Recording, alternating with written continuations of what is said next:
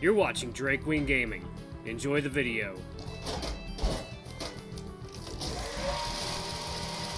Hello everyone, Nary here from Drakewing Gaming. Some of you know me on Twitter, The Gaming Dragon. Today I'm coming at you another Let's Play episode of Echo, but today we're going to do a short story. Or maybe a couple of them, depending on how long they are. So the first one is for Leo, and the second one is for Jenna. I think I'm going to hold off on the rest of them until I do the respective, playthroughs. So there's, I don't know, maybe that's Carl, TJ, Flynn, I don't know who that is. Maybe that's, I don't know, maybe that's a Gray playthrough, don't get with anyone, all alone in the world. But anyway, guys, sit back and enjoy. I'm going to change for the next 20 minutes, and let's see what these short stories are about, shall we? Okay. Alright, date. Who are we dating? I think I have an idea. January 2010. Wow. Jeez. That was before I had my first job. My God. What makes a good date? Chase told me dinner and a movie. Oh, this is from Leo's perspective. Okay. Personally, I felt like having the dinner half of the date at my house would have been really nice. I mean, it's cleaner than any restaurant you might find in Peyton, and my mom's a great cook. Still, I can tell by the way Heather has her head down that she's really unhappy. I feel a sort of sinking feeling in my chest. It's sort of set the mood for the night so far. Mom drives us to the movie theater, and I start to get restless, noticing how late we are. The movie is supposed to be really good, and it takes place in space, which is my favorite. Mom tells me not to worry, though, since previews usually fill the first 15 minutes. Finally, we park and I hop out and hold the door open for Heather. I notice that she's taking her time getting out, so I wait for her as Mom goes in to get the tickets. Why's your mom coming? Her voice is a whisper. I reach out to shut the door, but she does it herself, a little harder than she needed to. I stand there for a second, not sure what to say. Oh! This is TJ. Okay. Alright then, I thought it was about, Leo went out with Heather. I'm like, okay, TJ went out with Heather, okay. Well, it's really hot out. Staying in the car would be too... Never mind. Heather stalks ahead of me, and I feel that sinking feeling again. It's only now hitting me that bringing Mom was a bad idea. And not that I told her to come. Mom sort of just invited herself. Chase gave me a bunch of tips on how to make the date go well, but he never said anything about parents. Yeah, grody parents. They do nothing but get in the way. I don't know how old they are at this time. Maybe it was so obvious that he didn't think he had to tell me. That thought just makes me shrink into myself even more, and I can feel my face get hot. Let's see. Date is TJ, lights are TJ, party is Carl. A very close friend of mine is giving me some tips on who all these are supposed to be for. So date is TJ, lights is TJ, party is Carl, metaphor is Leo. Okay, so I think I can probably do all these. Alright. I push my paws into my pockets and follow after her, trying to keep my ears upright. Mom's really nice and sits about 5 rows behind us, but Heather still seems pretty angry about it. Oh shit, you brought your mom onto a date! She keeps moving her sitting position, folding her arms and making pouting faces. Each time she sighs, I feel myself cringe just a little more inside, and now I can't even focus on the movie. After about 30 minutes, she adjusts her sitting position again and knocks some popcorn into my lap. I lean over to her, whispering, "What's wrong?" She shrugs, keeping her eyes on the movie. I lean back in my seat, again trying to keep my ears up, especially with Mom behind us. The drive back home is pretty awkward. Mom goes on and on about the movie and what she thought of it, which is fine, because I can tell Heather isn't in the mood to talk, and I have no idea what to say. As we drive back into Echo, Mom looks back at us. All right, Heather, would you like me to drop you off at your house? Actually, me and TJ wanted to talk about a few things. Would it be all right if I stayed over for a little while longer? Sure thing. I look over at Heather, but she doesn't look back at me. I have no idea what she's talking about, and I think I'd rather not find out. There's nothing I can do, though, so when we pull over in the driveway, I quietly get out and follow Heather into the house. Hey, how was your movie? He says it without looking up from the TV. Oh, it was great, Mr. Hess. Really cool. She's using that weird, sweet voice she puts on for my parents. Yeah, a lot of fun.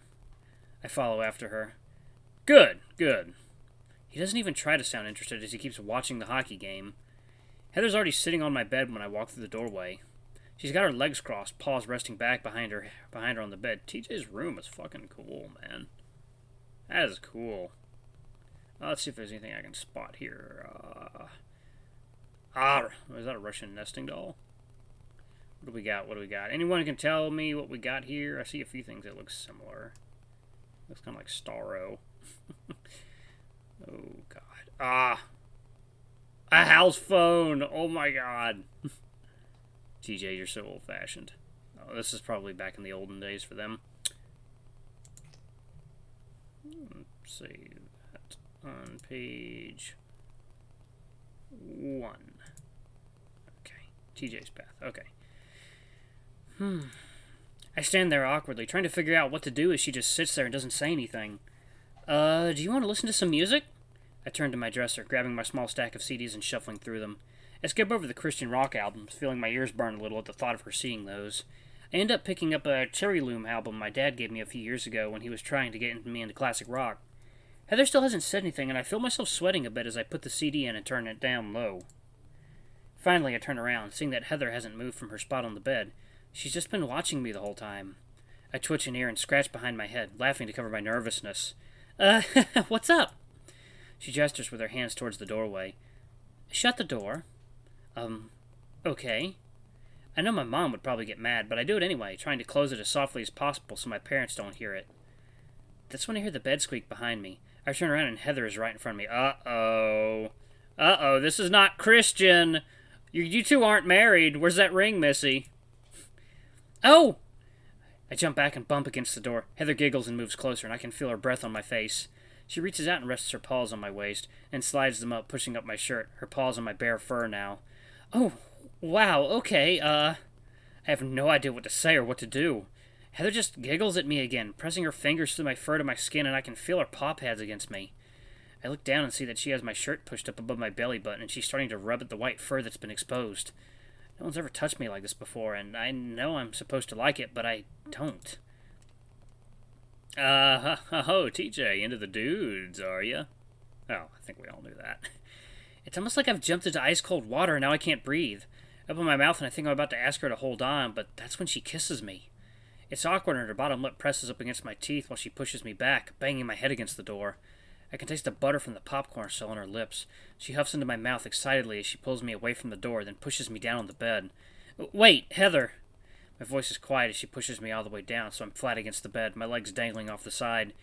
She's really excited, and it kind of scares me. Her eyes wide and her breathing coming in loud huffs. Yeah, nothing turns me on more than having your mom come on a date with us, apparently. Jesus Christ. Oof. Damn, girl, you twisted. I grab at her wrist and she pushes my shirt up again, but this time she does it all the way up to my neck. She leans down and I gasp as she presses her cold nose up against my stomach. She's so confident about what she's doing. Has she done this before? Probably with her dad. God, I fucking hate... Ugh. God, I hate thinking about that. Oh, God. Oh, God, the things her dad has done to her. Oh, God. Oh. Oh, God, that's so bad. That's so bad to think about. She nuzzles lower, then presses a paw against my crotch. I sit up fast and push her back. Heather, let's stop. I quickly push my shirt back down.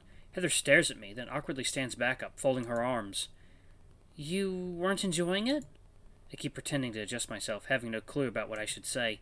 No, it was okay. I'm not ready is all. I know that sounds really cliche, but it's the truth. I finally lose the battle with my ears and I lift off the side of my head as Cherry Loom plays softly in the background. Alright, I should probably get going anyway. But she doesn't move. She just stands there like she's waiting for something.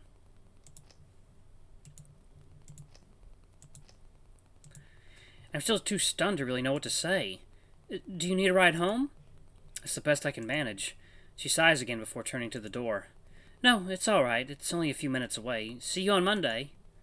Okay. I get up awkwardly to walk her to the door, but she's already gone.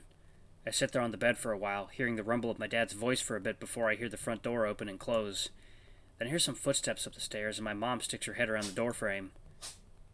Everything okay? Why aren't you walking her home? She told me she wanted to walk alone. I feel my ears droop lower.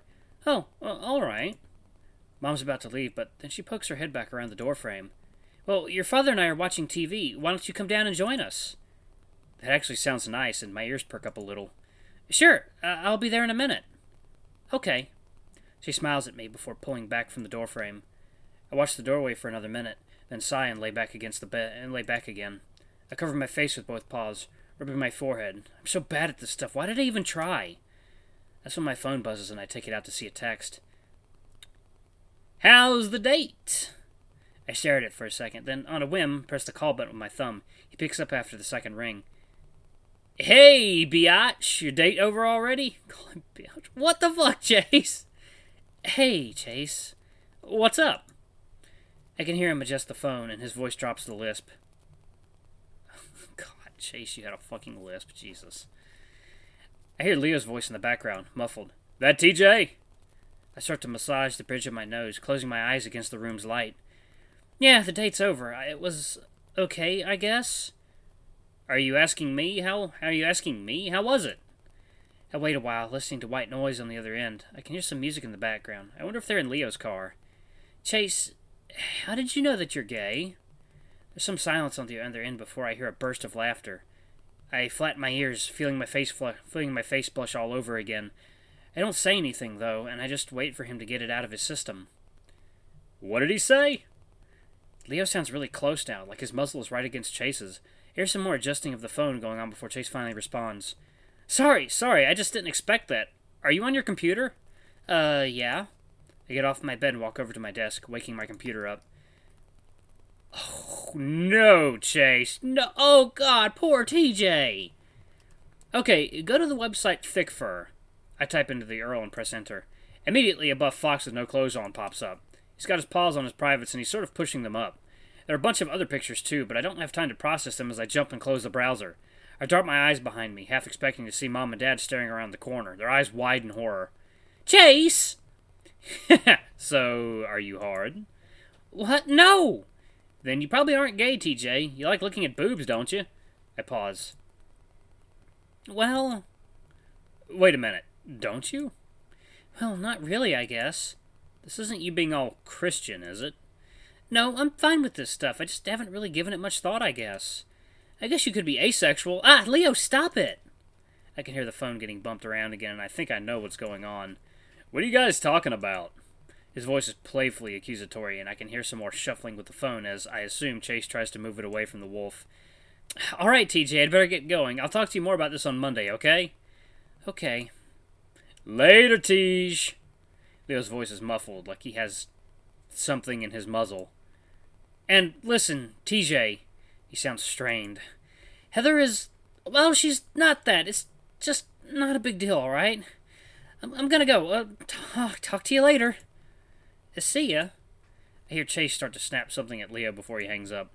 I drop my phone on the bed next to me and close my eyes, tempted to just fall asleep right then and there.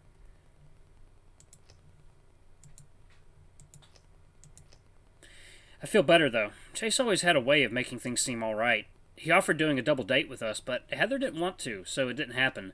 It would have made things a whole lot better. I start to wonder what Chase and Leo might have been doing. He was probably nibbling Chase's ear. Leo does that a lot, in front of us, too, sometimes. Actually, I think it's kind of cute.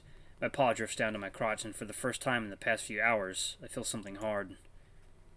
TJ? I jump as I hear my mom call from downstairs, jerking my paw back. Coming! I quickly sit up and slide off the bed, going downstairs to watch the rest of the game with my family. Oh, TJ, a little bit, naughty there, were ya? Oh, man, that was... Myrrh. TJ, do you have a thing for Chase and Leo getting it on? Interesting. Ooh. TJ's a little bit fucking kinky now, isn't he? Okay, guys, I think I'm going to stop it right there. This will be a shorter video for the day. I'm going to do these stories individually so we can appreciate all of them. But anyway, guys, thank you all so much for watching. Don't forget to like, comment, subscribe, and ring that notification bell, and give a super thanks if you can. It always helps. Until the next video, I love you all. I'll see you next time. Bye-bye!